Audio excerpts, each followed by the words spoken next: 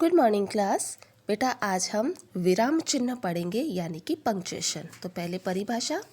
किसी भी भाषा को बोलते, पढ़ते या लिखते समय भावों को स्पष्ट करने के लिए वाक्यों के बीच या अंत में थोड़ा रुकना होता है। इस रुकावट का संकेत देने वाले लिखित चिन्ह विराम चिन्ह कहलाते हैं। जब हम सेंटेंस बोलते हैं तो हमें कहीं पर ज़्यादा रुकना होता है, कहीं पर थोड़ा रुकना होता है। तो उन रुकने के लिए जो संकेत दिए जाते हैं, जो लिखित चिन्ह होते हैं, जैसे कहीं कॉमा, खड़ी पाई, इन्वर्टेड कॉमा का प्रयोग होता है, उन्हीं को विराम चिन्ह कहते हैं। तो सबसे पहले आता है पूर्ण विराम, यानी कि जिसे खड़ी पाई कहते हैं। वाक्य की समाप्ति पर लगाया जाता है। जब सेंटेंस खत्म हो जाता है तब इस चिन्ह को लगाया जाता है, यानी कि पूर्ण विराम इसे कहते हैं। खड़ी पाई यानी पूर्ण विराम। सेकंड नंबर पे आता है अर्ध विराम। अर्ध विराम का मतलब होता है पूर्ण विराम की अपेक्षा कम देर रुकने के लिए लगाया जाता है। पूर्ण विराम जब सेंटेंस खत्म हो जाता है तब लगता है, लेकिन अर्ध विराम जब हमारा सेंटेंस आधा होता है यानी कि थोड़ा सा रुकना होता है, तब ये अर्ध विराम का प्रयोग किया जाता है। किसी नियम के बाद आने वाले शब्द जैसे के पूर्व इसका प्रयोग किया जाता है। जब हम किसी नियम को लिखते हैं और उसमें हम एग्जाम्पल देते हैं तब इसका प्रयोग किया जाता है। थर्ड नंबर पे आता है अल्प विराम। अल्प विराम यानी कि कॉमा। अर्ध विराम की तुलना में और कम देर रुकने के लिए तथा वाक्य, पद आदि में अलगाव दिखाने के लिए हाँ या नहीं के बाद इसका प्रयोग किया जाता है। अर्ध विराम थोड़ा सा रुकना पड़ता है, लेकिन अल्प विराम में अर्ध विराम से कम रुकना पड़ता है। जहाँ पर कॉमा खूब सारी चीज़ें होती है और बीच में गैप देने के लिए, थोड़ा रुकने के लिए इसका प्रयोग किया जाता है। नेक्स्ट आता है प्रश्नवाचक चिन्ह यानी क्वेश्चन मार्क। प्रश्न पूछे जाने वाले वाक्य के अंत में इसका प्रयोग किया जाता है। जब प्रश्न पूछा जाता है तो लास्ट में इस चिन्ह का प्रयोग किया जाता है, यानी कि प्रश्नवाचक क्वेश्चन मार्क चिन्ह। नेक्स्ट है विस्मयवाचक चिन्ह यानी कि एक्सक्लेमेशन मार्क। जब आश्चर्य, घृणा या कोई भी मनोभाव को प्रकट करने वाले पदों या किसी को संबोधन करने के बाद इस चिन्ह का प्रयोग किया जाता है। किसी को संबोधन करने के बाद भी हम इस चिन्ह का प्रयोग करते हैं और किसी भी मनोभाव के लिए भी होता है।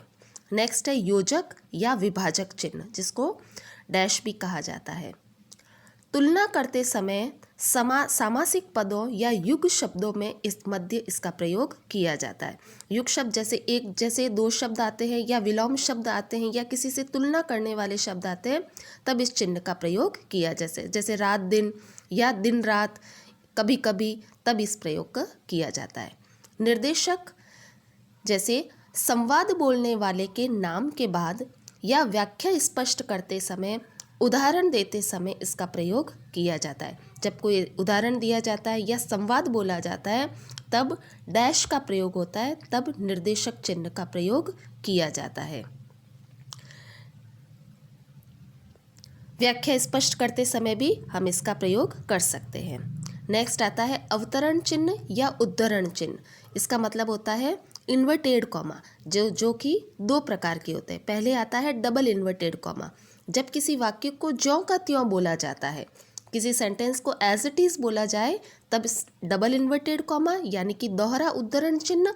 एंड नेक्स्ट है सिंगल इन्वर्टेड कॉमा। किसी नाम या उपनाम आदि के लिए यह चिन्ह प्रयोग किया जाता है, जिसे कहते हैं इकहरा उद्धरण चिन्ह। जैसे महात्मा गांधी को बापू भी कहते थे, तो बापू जो शब्द है उसके लिए हम इकहरा यानी कि सिंगल इन्वर्टेड कॉमा का यूज करेंगे। नेक्स्ट आता है विवरण चिन्ह। सूचना, निर्देश आदि देने के लिए इस चिन्ह का प्रयोग किया जाता है। कभी कोई सूचना या निर्देश देना हो तब हम इस चिन्ह यानी कि विवरण चिन्ह का प्रयोग करते हैं।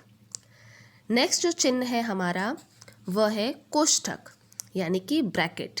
कोष्ठक यानी गणित में या कठिन शब्द को स्पष्ट करते हुए ये चिन्ह प्रयोग किए जाते हैं। ठीक है, इसका प्रयोग ज़्यादातर गणित में होता है या हिंदी में हम कठिन शब्दों को, जब हम हिंदी मीनिंग लिखते हैं उसको स्पेसिफाई करने के लिए हम ब्रैकेट का प्रयोग यानी कोष्ठक का प्रयोग करते हैं। नेक्स्ट है हंस पद। कोई अंश छूट जाए तो हंस पद का प्रयोग करके उसे ऊपर लिखा जाता है। सेंटेंस लिखते समय कई बार कोई शब्द छूट जाता है, तब हम हंस पद इस चिन्ह का प्रयोग करके हम उसे ऊपर लिख सकते हैं, तो इसे ही हम हंस पद कहते हैं। तो हंस पद यानी कोई सेंटेंस में कोई शब्द छूट जाए तो हम बीच में इस चिन्ह का प्रयोग करके और ऊपर हम उस शब्द को लिख सकते हैं। नेक्स्ट है संक्षेप सूचक या लाघव चिन्ह। किसी भी बड़े शब्द को लिखते समय हम क्या करते हैं कि उसे हम शॉर्ट में लिख सकते हैं।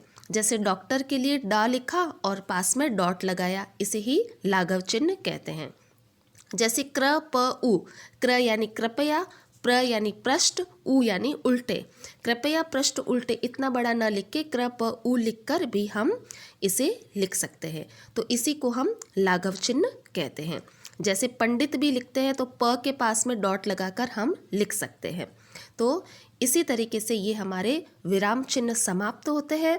तो बेटा आई होप आपको ये विराम चिन्ह समझ में आए होंगे। धन्यवाद।